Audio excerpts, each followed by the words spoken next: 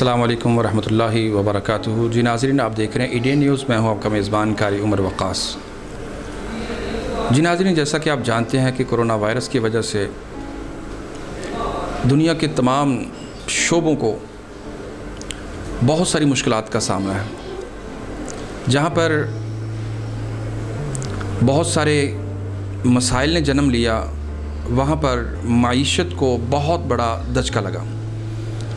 आज हमारे साथ इसी मौजू पर गुफ्तगू करने के लिए सियालकोट अंजुमन ताजरा के जनरल सेक्रेटरी मुजाहिद रोड के मोहतरम मुकर्रम यंग जनरेशन मेरी मुराद मिर्ज़ा ज़ीशान बेग मौजूद हैं और उनके साथ हाफिज़ साकिब बेग वो भी मौजूद हैं, और मेरी राइट साइड पर मेरी मुअज़्ज़ज़ शख्सियत प्रोफेसर असद वक़ास ख़ान भी मौजूद हैं। आइए आज हम इनसे जानते हैं कि कारोबारी हवाले से, मईशत के हवाले से, जो किसी भी मुल्क, किसी भी कौम, किसी भी बरादरी और किसी भी फैमिली की एक रीढ़ की हड्डी होती है। मईशत जो हर एक कंट्री के अंदर, हर एक घर के अंदर, हर एक फ़र्द को हर एक लम्हे के लिए उसकी जो ज़रूरत होती है, आज इस कोरोना की वबा के अंदर जहां बहुत सारे लोग मुतासर हुए हैं, तो आज कारोबार को जो दचका लगा है उसका अल्टरनेट क्या होगा और वो क्या समझते हैं कि कब तक जो है वो हम अपनी असल पोजीशन में वापस लौटाएंगे। डेफिनेट बहुत सारी जो मईशत है हमारी वो बहुत वीक हो गई है इस कोरोना की वजह से, और चूँकि पहले भी बहुत अच्छी नहीं जा रही थी, तो जो रही सही कसर थी वो कोरोना ने निकाल दी है।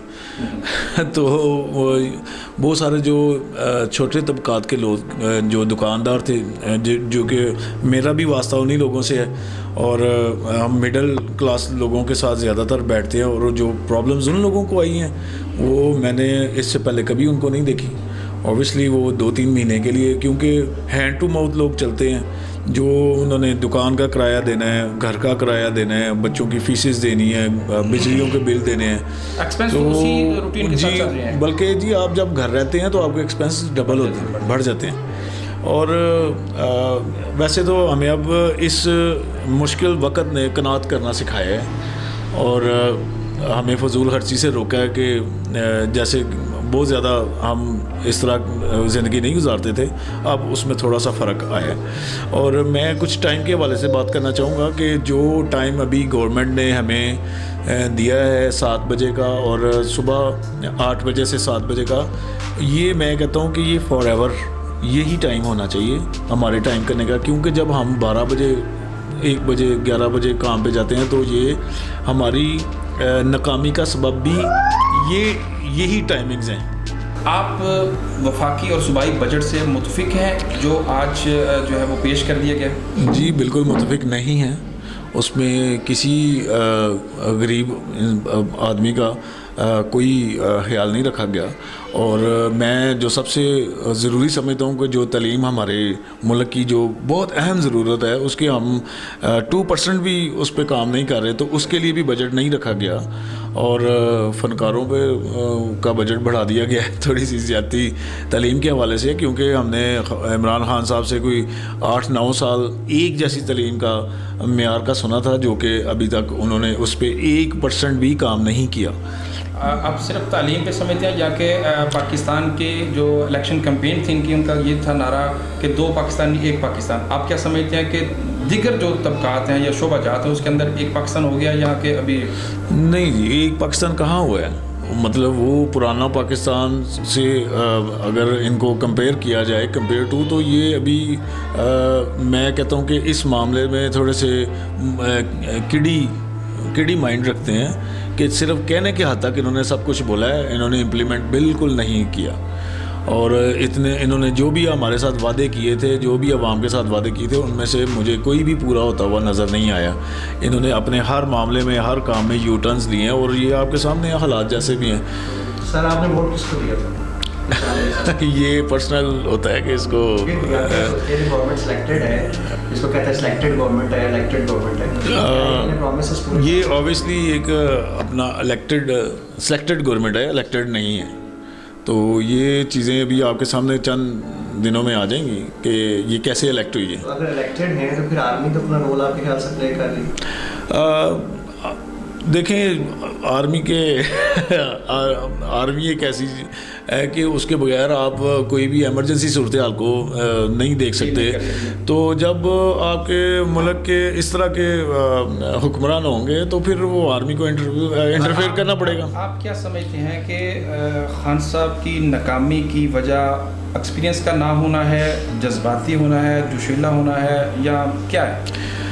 देखिए जी, खान साहब के बारे में जो मैं हर दफ़ा एक बात कोट करता हूँ कि वो बेहतरीन फिट होते थे क्रिकेट के चेयरमैन के तौर पे, और वो उसमें जो उसमें जितनी भी खराबियाँ थी वो उनको दूर करते और पाकिस्तान को दुनिया की नंबर 1 क्रिकेट टीम अपने जाने के बाद भी बनाते। तो मेरा ख्याल है कि उनके लिए ये थोड़ा सा मुश्किल काम था, और जैसा कि उन्होंने हमें बोला था कि हम किसी दूसरी पार्टी को उन्होंने चोर के नारे और ये वो सारा कुछ कह दिया, और उनकी अपनी पार्टी में सारे चोर निकलते आ रहे हैं। और इस वाले से हम उनको ज़रा ये कहेंगे कि भी आप क्या समझते हैं कि इतने मुश्किल और कड़े हालात में उनके दस्ते बाजू, दस्ते रास जो है जहांगीर तरीन, जिनको शुगर स्कैंडल में जो है वो जिनका मेन रोल है, वो बाहर चले गए, और बाहर जाके भी वो मियाँ साहब के बड़े करीब होने की कोशिश कर रहे हैं। क्या कहना चाहिए? मेरा ख्याल है कि जो भी स्कैंडलाइज लोग हैं या जिनके ऊपर ये चार्ज हैं, अगर उनके ऊपर केस साबित होते हैं तो उनको किसी भी पार्टी में जाने नहीं दिया जाना चाहिए। वो एक चोर एक पार्टी से जाए, दूसरी पार्टी में चोर चला जाए तो वो ठीक हो जाए, तो ये मेरा ख्याल है कि इसको एक कंबाइनली सोचना चाहिए। तो आप क्या सोचते हैं इमरान खान साहब क्या स्टेप अप लेना चाहिए, क्या स्ट्रेटजी थी इन सब के बारे में, क्या करना चाहिए? 22 करोड़ आवाम से उनको माफ़ी मांग लेनी चाहिए। जी हाँ, साहब को माफ़ी मांगनी चाहिए कि उन्होंने 2 साल में जो वादे किए थे उनमें से एक मैं बात कर रहा हूँ कि जहांगीर तरीन साहब की, वो तो कहते हैं जो चोर होगा मैं उसको पकड़ूंगा, सजा दूंगा। मैं ये माफ़ी भी उसी कड़ी की है कि आप प्लीज़ यहाँ से क्विट करें, और ताकि कोई ऐसा बंदा आए जो कानून पे अमल दरामद करवाए, और जो भी आप लोगों ने पहले वादे किए थे उस पर कम से कम को बंदा अमल कराए। हम कहते हैं अगर आर्मी भी करवाए तो हमें एक मजबूत पाकिस्तान चाहिए, ये लड़खड़ाता हुआ पाकिस्तान नहीं चाहिए। ये हवा से डोलने वाली पाकिस्तान बना हुआ है कि 2-4 पार्टियां इसको छोड़ जाएं तो इसके पल्ले ही कुछ नहीं रह जाना। आज भी एक पार्टी ने, इत्तेहादी ने सेपरेशन से जो है ना वो अलहदगी का बाकायदा ऐलान कर दिया। तो आप क्या समझते हैं कि आने वाले दिनों में भी कुछ ऐसे लोग सामने आएंगे?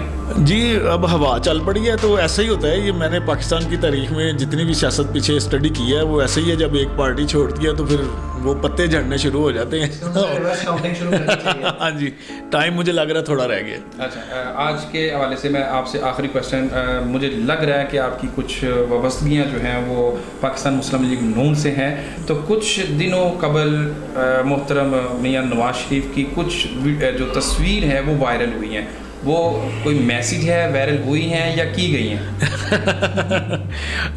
देखिए जी, वो तो उन्होंने बोला कि अपना उनकी तबीयत जो थी वो उनको वॉक करने की डॉक्टर ने इजाज़त दी है, तो वो वॉक के हवाले से तस्वीरें हैं। तो मैंने नून लीग के हमायत में कोई बयान नहीं दिया, मैंने कंपेयर टू किया है। क्या ये यूटर्न है? नहीं, क्योंकि मैंने किसको वोट दिया मैंने ये बताया नहीं आपको। अच्छा, आप कोरोना के हवाले से सियालकोट की इंतज़ामिया से मुतमिन हैं कि सियालकोट के इंतज़ाम दुरुस्त हैं या कि अभी कुछ करने की गुंजाइश बाकी है? असल में देखें ना, जो जितनी मेहनत कर सकता है, वो जो कह रहे हैं कि जितने जोगा होता है वो उतना ही कर सकता है, उससे ज़्यादा नहीं कर सकता। तो क्योंकि बातें इन्होंने पहले भी बहुत ज़्यादा की हैं, उस हवाले से काम हमें वो तो 40%, मैं कहता हूँ 30% भी उस हिसाब से नहीं मिला। मैं सबसे इस हवाले में जितने मेरे डॉक्टर्स दोस्त हैं और मैं उनको स्पेशली अपना सलाम सलूट पेश करता हूँ कि वो मुजाहिदीन है इस वक्त, और वो अपना मैं उनको सल्यूट ट्रिब्यूट पेश करता हूँ कि वो उन्होंने अपनी जान जोखों में डाली हुई है, अपनी जान को अपना लोगों पे लगाया हुआ है। लेकिन आप क्या समझते हैं कि वो मुजाहिदीन बगैर साजो सामान के लड़ रहे हैं, उनको तो हिफाजती किट्स तक नहीं मिल सकी? जी, ये बड़ी ज़्यादती है, ये गवर्नमेंट की बहुत ज़्यादती है कि उनको ख़ास ख्याल रखना चाहिए था उन लोगों का कि जो अपनी जान पे खेलते हुए लोगों की जानें बचा रहे हैं, और बहुत सारे लोग उन्होंने पेशेंट ठीक भी करके भेजे हैं, और अब वो बेचारे खुद परेशान हैं क्योंकि डॉक्टर्स के बड़े बड़े डॉक्टर्स और इतने इतने हीरे लोग, इतने इतने नेक लोग जो हम में नहीं रहे, और जो हमें अपना उनकी हिफाजत करनी चाहिए थी वो अब लोग हम में नहीं रहे। इतने इतने पर्सनैलिटी सियालकोट की बड़ी पर्सनैलिटी, कीमती लोग हम जो है उनको खो चुके हैं। मेरे साथ इस वक्त हाफिज़ साकिब बेग जो हैं वो मौजूद हैं। आइए उनका भी जो है वो पॉइंट ऑफ व्यू जानने की कोशिश करते हैं कि वो इस हवाले से क्या कहना चाहेंगे। अस्सलाम वालेकुम सलाम जी। अब साहब आप इस हवाले से क्या मैसेज देना चाहेंगे? ज़री सी बात है जी, कोरोना के हवाले से तो काफ़ी मुश्किलात है, और पूरा पाकिस्तान इस वबा की बहुत मुश्किल में है, और अल्लाह ताला हम सब पे हुकूमती इक़दामात से आप मुतमईन हैं? नहीं जी, इतना मुतमिन तो नहीं है जितना होना चाहिए। जितने हालात बेहतर होने चाहिए उतने नहीं है। जिस तरह हुकूमत ने हर चीज़ पे एक वादा किया था वो चीज़ नहीं है। क्या आप ये समझते हैं कि आने वाले दिनों में ये जो आज हालात हैं ये कंट्रोल हो जाएंगे, या कि इससे भी ज़्यादा हालात बिगड़? मेरे ख्याल से तो अभी बहुत मुश्किल है कंट्रोल होना, क्योंकि अभी तो हालात जो है ना वो बहुत मुश्किल होते जा रहे हैं। अभी सियालकोट में बहुत सी डेथ हो चुकी है कि अब तो काफ़ी जगह हर चीज़ बंद हो गई है, और हालात जो है ना ये बहुत मुश्किल है। इस मुश्किल घड़ी में हुकूमत को किन इक़दामात को जो है वो पूरा कर लाना चाहिए? मेरे ख्याल से हुकूमत को कम से कम 15 दिन का जो है ना वो लॉकडाउन होना चाहिए, जिससे थोड़ा सा बेहतरी आए। लेकिन आप सब उससे कारोबार जो मुतासर होता है वो ठीक है, वो कारोबार मुतासर तो होगा, मगर ये जो वबा है इसके लिए वो उसके लिए बेहतरी होनी चाहिए। तो आप सब स्कूल बंद है, स्कूल ओपनिंग की बात हो रही है, आपके ख्याल स्कूल बंद रहना चाहिए? ये हाँ जी, ये स्कूल तो जो बंद है ये तो वैसे बहुत मुश्किल है बच्चों के लिए। बच्चों की जो पढ़ाई है ये तो ज़ाहिर सी बात है बहुत नुकसान हो रहा है बच्चों के लिए, तो इस हवाले से भी थोड़ा सा हुकूमत को सोचना चाहिए थोड़ा सा। यानी SOPs के तहत इनको ओपन किया जा सकता है? हाँ जी, ओपन किया जा सकता है। जी नाज़रीन, जैसा कि आपने सुना और देखा कि हमारे मुअज़्ज़ज़ मेहमान गिरामी ने बड़ी ही कीमती और बड़ी ही जो है वो वक़्त के हवाले से अहम बातें जो है ना वो शेयर की हैं कि इस वक्त हमें अपनी आवाम को और अपने हुक्मरानों को एक दूसरे के साथ लाज़िम व मलज़ूम का किरदार अदा करते हुए एक दूसरे का ख्याल करना चाहिए, और एक दूसरे को साथ लेके चलना चाहिए, और एक दूसरे की हिफाजत के लिए जो मुमकिन है वो करना चाहिए।